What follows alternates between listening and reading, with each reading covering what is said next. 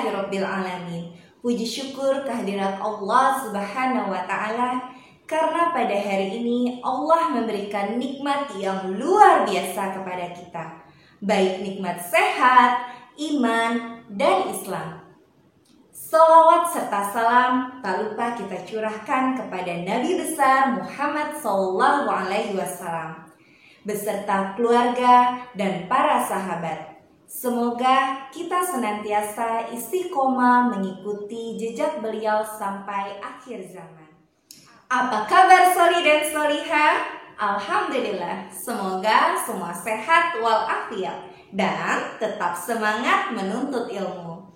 Soli dan solihah, sebelum memulai pembelajaran hari ini, mari kita sama-sama berdoa memohon kepada Allah agar ilmu yang kita dapatkan hari ini berkah dan bermanfaat. Bismillahirrahmanirrahim. Rabbi zidni ilma warzuqni fahma waj'alni minas sholihin.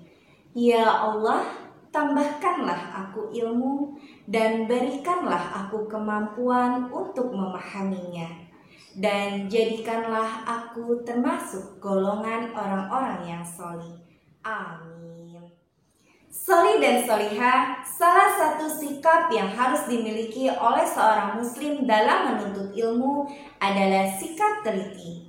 Rasulullah SAW bersabda, sesungguhnya ada dua perkara di dalam dirimu yang disukai oleh Allah Subhanahu wa Ta'ala, yaitu sikap kritis dan sikap teliti. Hadis riwayat Muslim.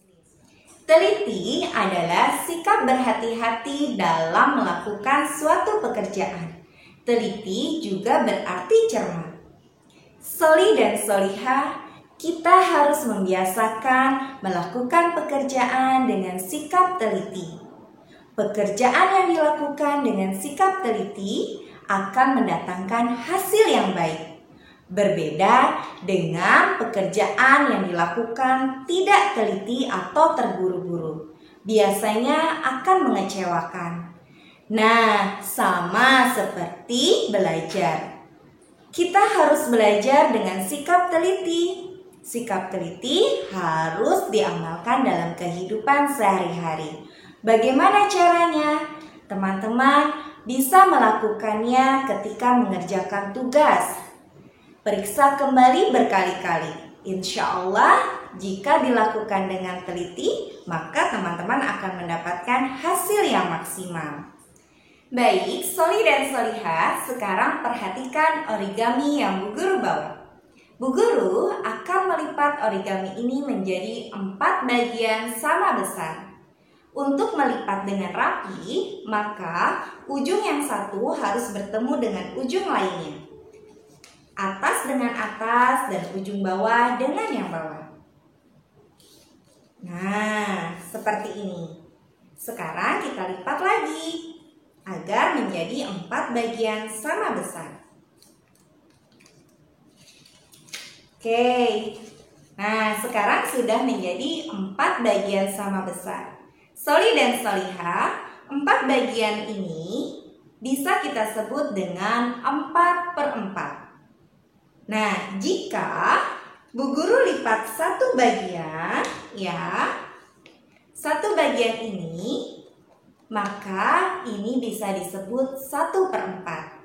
Lalu, bagaimana jika kita kurangi 4/4 dikurang 1/4? Berapa ya hasilnya? Yuk kita lihat. Ya, hasilnya adalah 3/4. Bagaimana? Mudah bukan? Baik, soli dan solihah, pada hari ini kita akan belajar bersama mengenai penjumlahan dan pengurangan pecahan berpenyebut sama. Sebelum memulai pembelajaran hari ini, Bu Guru Rizka akan menyampaikan tujuan pembelajaran pada hari ini. Tujuan pembelajaran pada hari ini yang pertama, siswa mengetahui cara menghitung penjumlahan dan pengurangan pecahan berpenyebut sama. Yang kedua, siswa dapat menghitung hasil penjumlahan dan pengurangan pecahan berpenyebut sama. Soli dan Soliha, untuk memahami materi penjumlahan dan pengurangan pecahan berpenyebut sama, mari simak penjelasan berikut ini. Soli dan Soliha, sebelumnya Bu Guru akan mengingatkan kembali bahwa sebuah pecahan memiliki pembilang dan penyebut. Perhatikan pecahan berikut. 5/6. Bilangan 5 merupakan pembilang, sedangkan bilangan 6 merupakan penyebut. Sekarang perhatikan pecahan yang kedua. 3/6. Bilangan 3 merupakan pembilang, sedangkan bilangan 6 merupakan penyebut.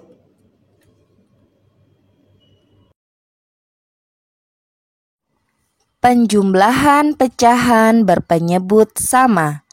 Contoh soal pertama. Di musim hujan yang lalu, ayah mendapat tugas dari kantor pergi ke Medan. Saat kembali ke Jakarta, ayah membawa oleh-oleh khas dari Medan, yaitu kue Bika Ambon. Bika Ambon adalah kue kesukaan ibu. Ibu memotong kue tersebut menjadi beberapa bagian. Bagian pertama sebesar 3/6 diberikan untuk Aisyah. Dan bagian kedua sebesar 2/6 diberikan untuk ayah. Berapa jumlah kue yang sudah ibu berikan untuk Aisyah dan ayah? Soli dan Soliha, cara menjawabnya yang pertama perhatikan kedua pecahan berikut. 3/6 ditambah 2/6. Kedua pecahan tersebut adalah pecahan berpenyebut sama. Maka, untuk penjumlahan 3/6 ditambah 2/6, cukup kita jumlahkan pembilangnya. 3 ditambah 2/6. Maka, hasilnya adalah 5/6. Jadi, 3/6 ditambah 2/6 sama dengan 5/6.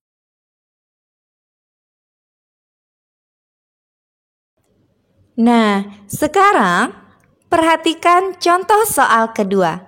Bu Guru punya pecahan 4/9 ditambah 3/9. Berapakah hasilnya? Ada yang tahu?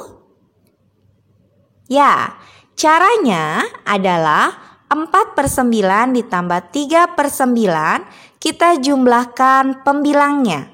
4 ditambah 3/9 sama dengan 4 ditambah 3, 7/9.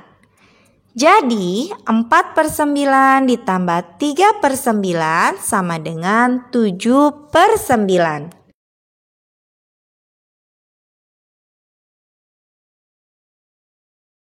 Bagaimana Soli dan Soliha?